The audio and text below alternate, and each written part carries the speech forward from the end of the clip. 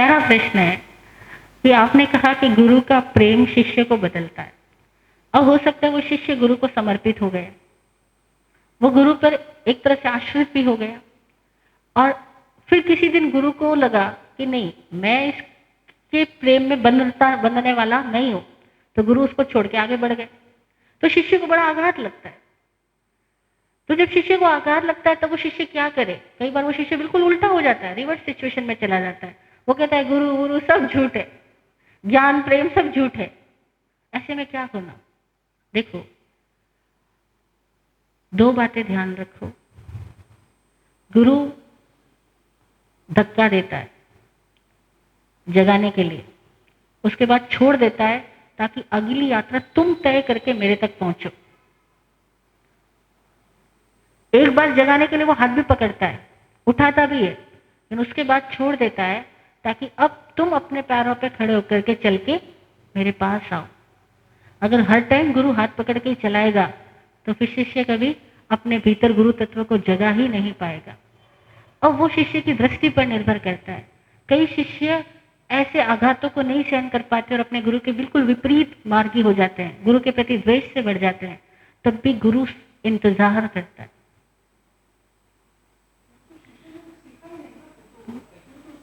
शिष्य ने नहीं सीखा, नहीं सीख पाया, वो मोह में आ गया गुरु के। वो गुरु को गुरु रूप में न देख करके गुरु को अपना प्रियतम प्रेमी कुछ और मान बैठा, और वो गुरु के साथ मोहासक्त होकर के सोचता है कि गुरु ऑलवेज मेरे साथ वैसे ही बात करेंगे जैसे पहले करते थे। ऐसा नहीं है। गुरु भी श्रद्धा की परीक्षा करेंगे ना। अगर तुम्हारे में कुछ श्रद्धा जागी है तो देखेंगे कि अब तुम आते हो या नहीं आते। बड़ा प्यारा उदाहरण आता है रामकृष्ण परमहंस और विवेकानंद की जिंदगी का। प्रारंभिक दिन थे जब नरेंद्र रामकृष्ण परमहंस के पास जाने लगे। रामकृष्ण परमहंस उनका इंतजार करते थे नरेंद्र का। कोई आता जाता व्यक्ति होता तो बुलावा भेजते थे। विवेकानंद का नाम नरेंद्र था।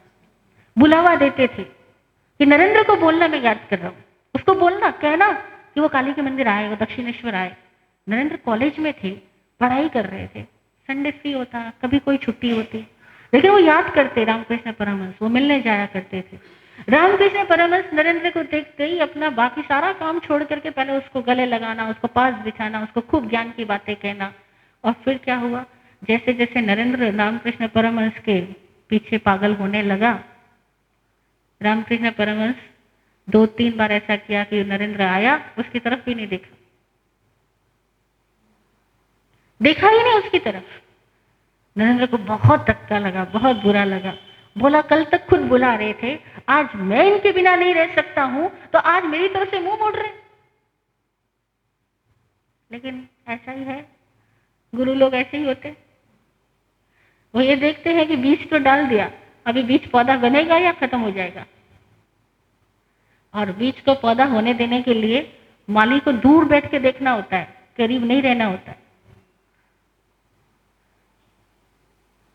नरेंद्र भी नहीं समझा, रामकृष्ण परमहंस के खिलाफ भी हो गया। लेकिन फिर गुरु बुलाता है, भाव शक्ति से बुलाता है, क्योंकि गुरु को तो शिष्य उसके अंदर है। जब शिष्य के अंदर कुछ होता है तो गुरु के अंदर होता है, उसको पता लगता है।